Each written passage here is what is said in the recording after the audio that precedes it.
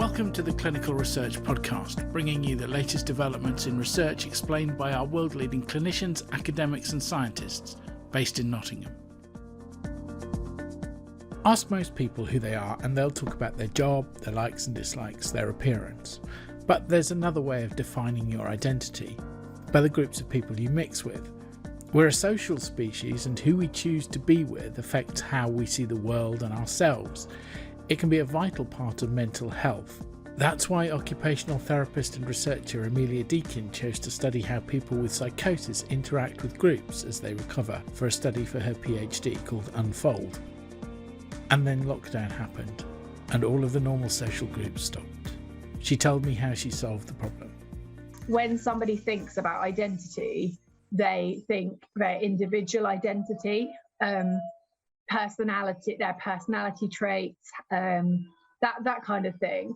That social identity is a bit different to how we are how we typically think about what identity is. In social identity theory, your identity is defined by the groups that you feel you belong to. So how the groups you use to describe and to define yourself. How might that affect your behaviour or how you live your life? Different situations make different groups more salient and more important to us at that time. So, for example, if somebody is in the workplace, their worker or their professional identity might be more salient for them, and they might, if they were asked at that very moment of being in their office, for example, how important their worker identity was, it's likely that they would perceive it as more important. For me, it just fitted really well with my experiences of working clinically.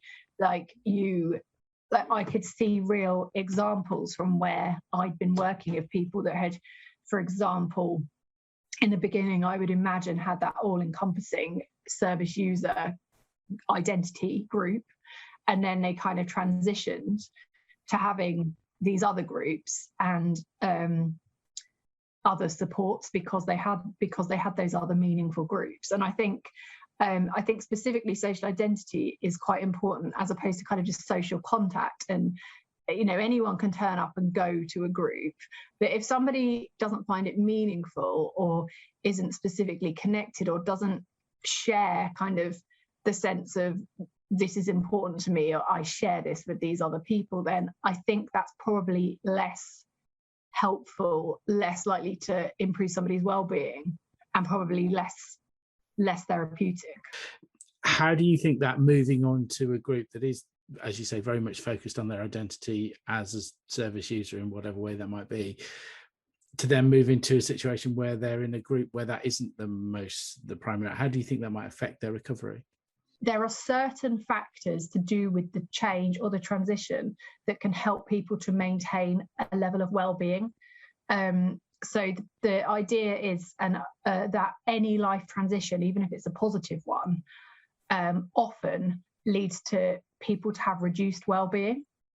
But if it's certain factors, for example, maintaining social groups from onset of the transition to beyond transition helps people to maintain a level of well-being, but also gaining new groups helps people to maintain or to gain higher levels of well-being. So I think that, and kind of the concept of well-being and the concept of recovery, I think are really closely related. So I think that hopefully by gaining new groups would hopefully support somebody's recovery, I would imagine. The audience for this is basically going to be fairly much sort of researchy people, so we can get relatively geeky about. So what's the methodology? What are you doing? So it's a mixed method study. So can I just say this is Unfold 2. So prior to COVID, I was doing all this face-to-face, and I have since had to redesign it, and now it's all online. So it's kind of in 3 stages. So it's recruiting people with experience of psychosis, but don't have to be in services, don't have to have used services, don't have to have a particular diagnosis. So it begins with some questionnaires about well-being and about people's recovery. It's recruiting people that are fairly far along in their recovery. So there's some questionnaires, and then it's a Teams meeting, which involves, it's like a mind map of their different social groups, how they link together, how similar, how different they are, how important they are. And while they're creating the map, they answer some questions about each group. So how important is this? How representative are you of a member of this group? So they do one of those for the present day, and then they do one for when they were early on in their recovery. And then for approximately half the participants, I will do an interview, a semi-structured interview about the two maps, about how they feel, about what the differences are from their perspective, about how they feel about the differences, about just about their perspectives about the changes from the early time point to the current time point. What's the kind of next step on from what you're studying then? What would be the next thing that either you look at or somebody else looks at? Hopefully this will lead on to looking more at the mechanisms of change and how they occur. And maybe, I don't know, maybe looking at groups are very significant for people's identity versus groups that people just turn up to. You know, if you've ever been to any kind of group, there's a huge spectrum of group members.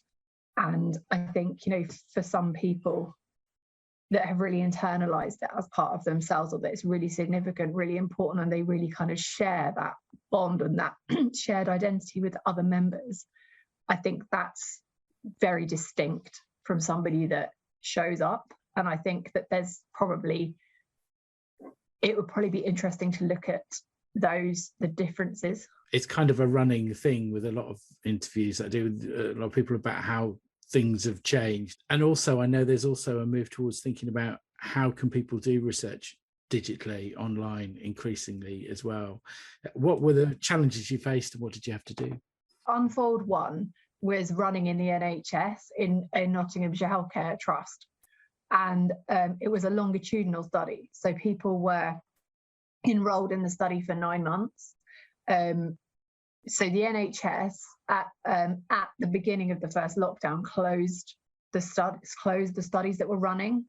And then they, in my particular trust, didn't reopen until September. So that was 6 months of lost time.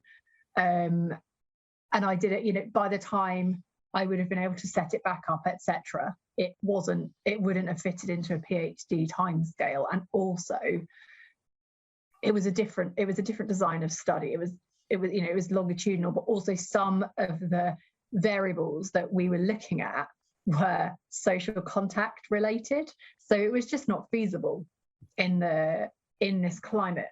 So one of the things the main thing I did when I came back from maternity leave was look at how it could all be online.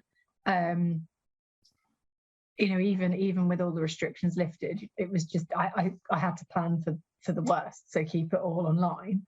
I also it was really important to me with this population, you know, thinking about people with additional health problems. I didn't want anyone coming out to get on the bus to see me in the pandemic for data collection. It's just not worth it. So really luckily for me, I had been doing the social identity mapping in the previous study, but I've been doing it on paper with post-it notes. But really luckily for me, in just prior to the pandemic, the University of Queensland designed and released a software where that could be done online. And I think if I didn't have that, I don't know how I would have captured this. And I guess the other thing was that what you mentioned about lockdown and people being isolated and this all being about social identity, that must have Because that's like a fundamental conceptual thing, isn't it? It's made me appreciate that people are sharing really difficult things, and I'm really grateful that people want to do that, especially in these times. You know, when somebody says, "Oh, I have this family group, but I haven't seen them for 18 months," you know, that's really significant and really difficult for people to talk about, for anybody to talk about. And I think there isn't really any getting away from the fact that the restrictions and the unprecedented way we've been living will have some effect on the data, but I don't think you can really pull that apart or distinguish how. So I guess that's just going to be, I guess, not a limitation, but a difference, that we're, you know, the world that people are living in and the social world that people are describing is very different to how it was 18 months ago. That's brilliant. Thanks ever so much, Emilia. Thank you. Yeah, I really appreciate it. Okay. Thanks. Cheers. Bye-bye. As I speak in August 2021, Unfold is still recruiting, so if you'd like to know more about it, you can email Emilia at emilia.deakin, that's emilia.deakin, DEAKIN, at nottingham.ac.uk. There's more information in the show notes too. There are links in the show notes for more information on clinical research in Nottingham, and the website is nottinghambrc.nihr.ac.uk. Our email and social media links are there too.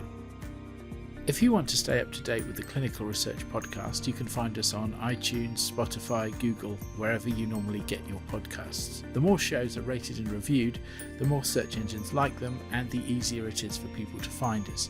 So if you can subscribe and rate and review us, you'll be doing it for science, not just for our egos.